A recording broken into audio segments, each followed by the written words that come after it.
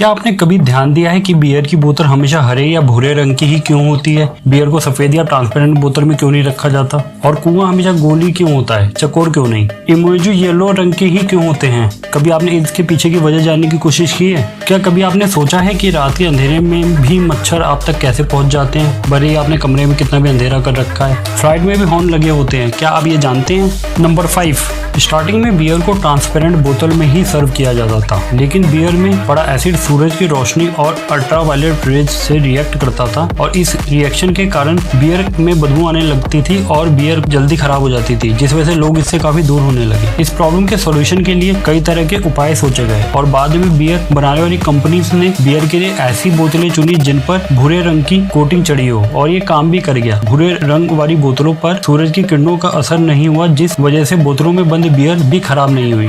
फिर इसके बाद दूसरे विश्व युद्ध के दौरान बियर कंपनीज के सामने एक और प्रॉब्लम खड़ी हो गई। इस दौरान भूरे रंग की बोतलों का आकार बढ़ गया, जिस वजह से इस रंग की बोतलें नहीं मिल पा रही थी। ऐसे में बियर कंपनीज को एक और ऐसे रंग को चुनना था जिस पर सूरज की लाइट का बुरा असर ना पड़ता हो, तब हरे रंग को चुना गया। इसके बाद बियर हरे रंग की बोतलों में भी भरकर बेची जाने लगी। नंबर 4, आप सभी कभी ना कभी गांव तो जरूर गए होंगे और आपने वहाँ कुआं जरूर देखा होगा। अगर नहीं तो कम से कम किसी न किसी मूवी में तो आपने कुआं जरूर देखा ही होगा। लेकिन कभी आपने ये सोचा है कि कुएं का आकार गोली क्यों होता है? आप चाहे देश के किसी भी कोने में चले जाए, आपको कुएं का डिजाइन गोली देखने को मिलेगा। असल में बात ऐसी है, गोल कुएं अन्य कुएं की तुलना में काफी मजबूत होते हैं। गोल कुएं में कोई भी कॉर्नर नहीं होता, जिस वजह से पानी का प्रेशर कुएं में हर तरफ एक समान ही पड़ता है। और अगर कुआं चौकोर आकार का बनाया जाए तो प्रेशर सिर्फ चारों कोनों में पड़ेगा, जिस वजह से कुआं ज्यादा दिन नहीं चल पाएगा और साथ ही इसके ढहने का खतरा भी काफी बढ़ जाएगा। नंबर 3, वैसे तो इमोजी के रंग को लेकर कोई खास रिसर्च नहीं हुई है, लेकिन कुछ एक्सपर्ट बताते हैं कि इमोजी का रंग इंसान के टोन से मिलता जुलता बनाया गया है, लेकिन किसी खास रंग के स्किन टोन का यूज करने से वो रंग भेदी लग सकता है। मतलब इमोजी में किसी पर्टिकुलर स्किन टोन का यूज करने से दूसरे स्किन टोन के लोग ऑफेंड हो सकते हैं, इसलिए इन्हें पीले रंग का बनाया गया है।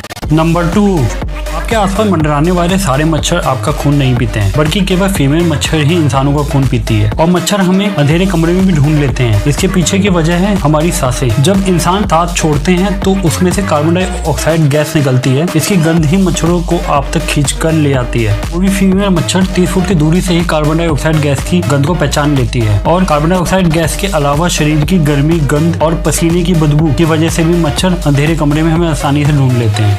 नंबर 1, फ्लाइट में भी हॉर्न लगे होते हैं, लेकिन अब आप ये सोच रहे होंगे कि आसमान में हॉर्न का क्या काम? सबसे पहले मैं आपको बता दूं कि फ्लाइट में लगे हॉर्न का यूज आसमान में किसी फ्लाइट को हटाने के लिए नहीं किया जाता, ना ही इसका यूज पंछियों को हटाने के लिए किया जाता है। असल में फ्लाइट में लगे हॉर्न का यूज ग्राउंड इंजीनियर और स्टाफ के साथ संपर्क करने के लिए किया जाता है। अगर फ्लाइट में उड़ान भरने के समय कोई खराबी होती है या कोई इमरजेंसी सिचुएशन आती है, तो उस वक्त प्लेन के अंदर बैठे हुए पायलट या इंजीनियर इस हॉर्न को बजाकर ग्राउंड इंजीनियर को अलर्ट मैसेज भेजते हैं, ताकि उस सिचुएशन को जल्द से जल्द कंट्रोल किया जा सके। ऐसे ही और इंटरेस्टिंग फैक्ट को जानने के लिए इस चैनल को सब्सक्राइब और वीडियो को लाइक कर देना।